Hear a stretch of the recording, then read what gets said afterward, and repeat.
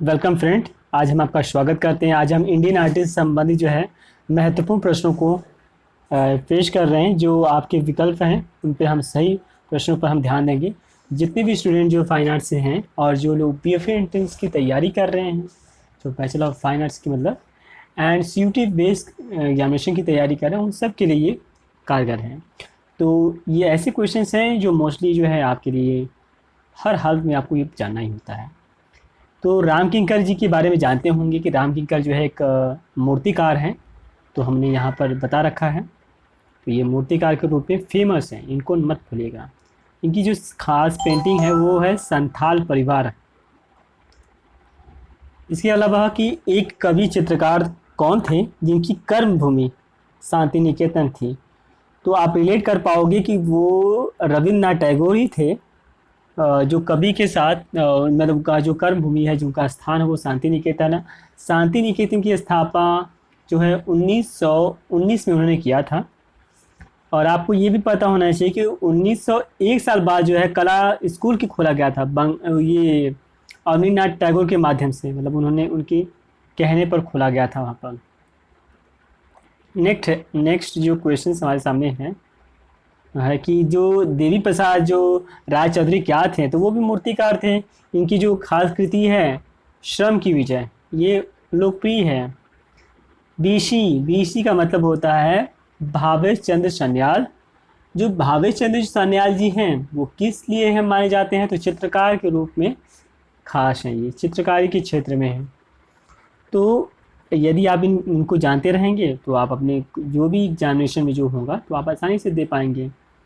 किस शहर को नीली पोटरी से जाना जाता है, तो जब भी आप शहर की बात करेंगे तो जयपुर जो है नीली पोटरी के लिए। कृपाल सिंह शेखावत जो है नीली पोटरी के सबसे अच्छे कलाकार हैं, इनको आप याद रखिएगा। मैं बताना चाहूँगा कि मैंने इसके ऑलरेडी जो है भारतीय चित्रकारी से संबंधित मैंने एक वीडियो बना दिया है। यदि आपने चेकआउट नहीं किया है तो आप उसको चेक करिए, उसको रीड करिए, ज़रूरी है। इसके अलावा इसका पार्ट 1 मैंने बनाया है, तो उनमें भी क्वेश्चन इंपॉर्टेंस हैं, तो उन्हें ज़रूर इनको जो है रीड करिए, क्योंकि वो भी आपके लिए मस्ट है। आगे क्या लिखा कि आधुनिक भारतीय चित्रकला का इतिहास कब से माना जाता है, तो बंगाल स्कूल से जो है माना जाता है। ईवी हीवेल के माध्यम से बंगाल स्कूल की स्थापना की गई थी और उन्हीं की प्रोत्साहन से हुआ, जो कि भारत की जो कलाएँ हैं उनको आगे बढ़ाने का काम किया जाए।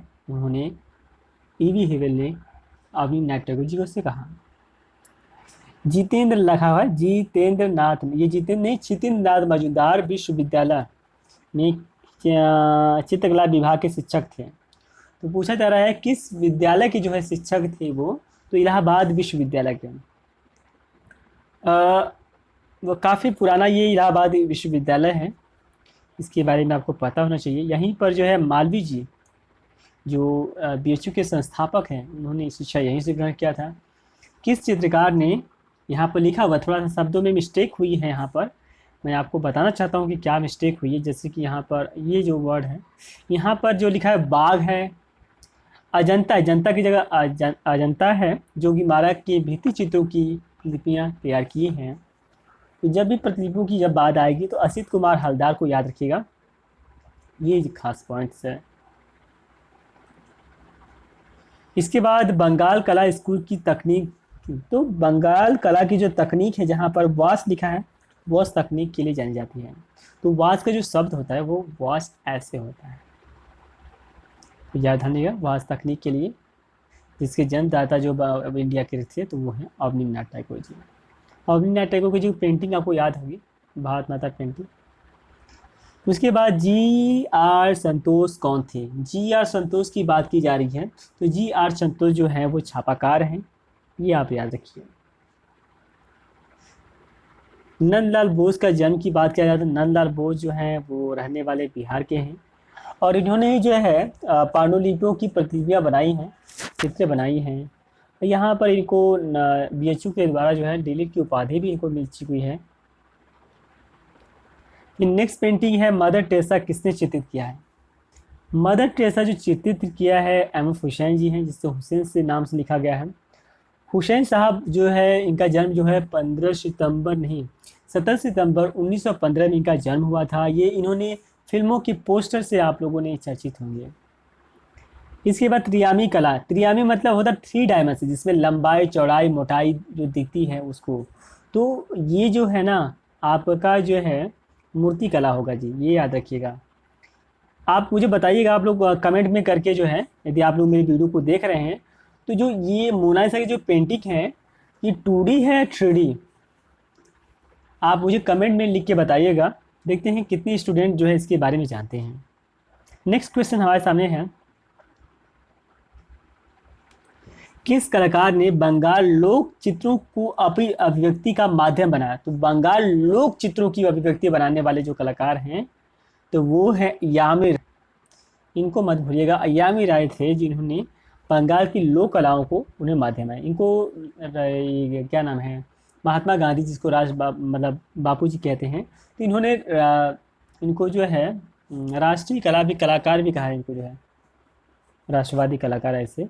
नेक्स्ट जो है हम आगे बात करते हैं, क्या है कि प्रसिद्ध मूर्ति, यहाँ पर एक थोड़ा शब्दों में थोड़ी सी सुधार की जरूरत पड़ेगी। यहाँ पर लिखा गया है, यहाँ संथाल परिवार की बात की जाए, प्रसिद्ध संथाल परिवार किसकी है?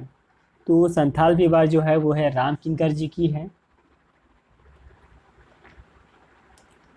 नेक्स्ट है सालारगंज संग्रहालय किस शहर में है? सालार संघ जो है वो हैदराबाद में है, ये आपको ध्यान देना है। शंकु चौधरी कौन थे? शंकु चौधरी जो है आप ध्यान दीजिएगा, ये आप याद रखिएगा मूर्तिकार के रूप में है। तो मूर्तिकार हम लोगों ने कितने जाना है, जो जैसे कि देखिए मैं और भी चीज़ बताना चाहूँगा कि जो मूर्तिकार के रूप में देवी प्रसाद, राम किंकर, शंकु चौधरी जी हो गए, आपके धनराज भगत हो गए, या फिर आप सतीश गुरियाल है तो वो भी इसी क्षेत्र में कुछ उन्होंने काम किया, लेकिन मोस्टली ऊपर नहीं आते हैं। लेकिन ये सब जो है लोग जो है मूर्तिकार के रूप में है। आगे हम लोग जानते हैं,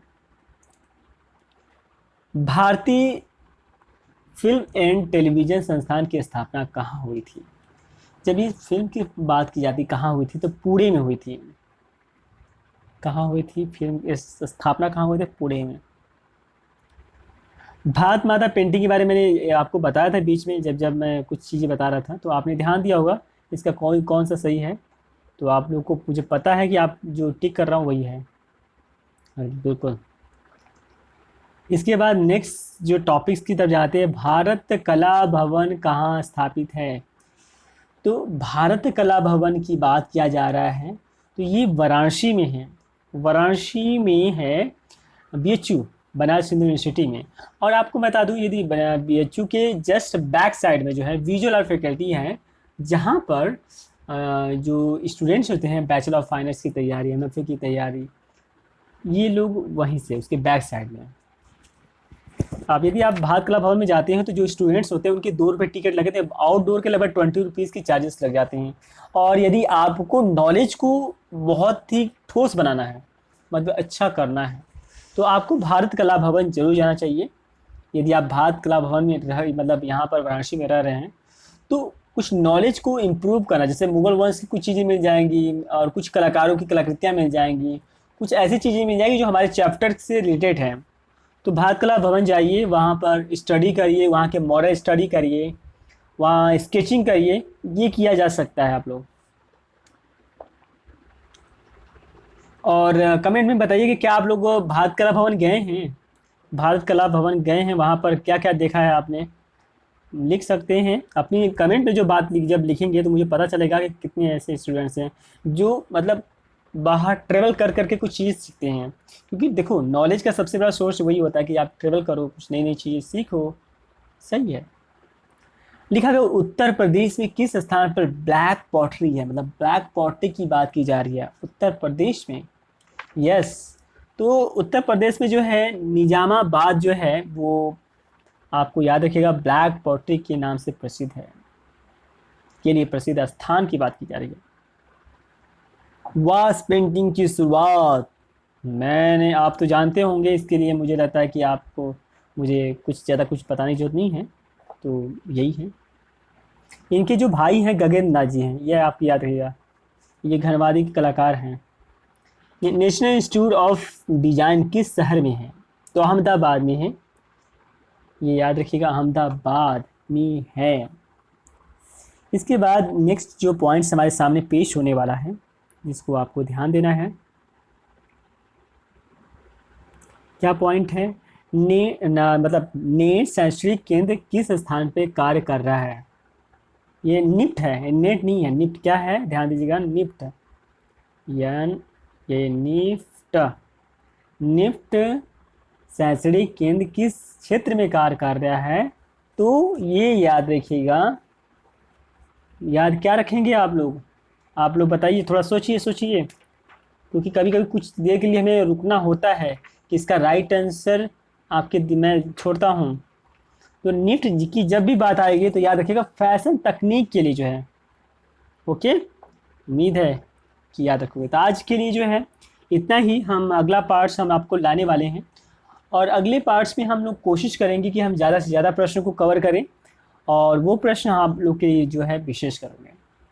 इनमें कुछ आर्टिस्टों के बारे में मैंने कुछ बताया है, तो ये सारे आर्टिस्ट जो हैं हमारे लिए बहुत ही इंपॉर्टेंट हैं। इनकी पेंटिंगों के बारे में आपने अध्ययन नहीं किया है तो ज़रूर अध्ययन करिए, डेली अपनी स्केचिंग को बेटर करिए, फेस या हो या कुछ भी हो उसको अच्छे से प्रिपेयर करिए, क्योंकि ज़रूरी है अपने ड्राइंग को, अपनी थ्योरी को मजबूत करना। Okay, best of luck.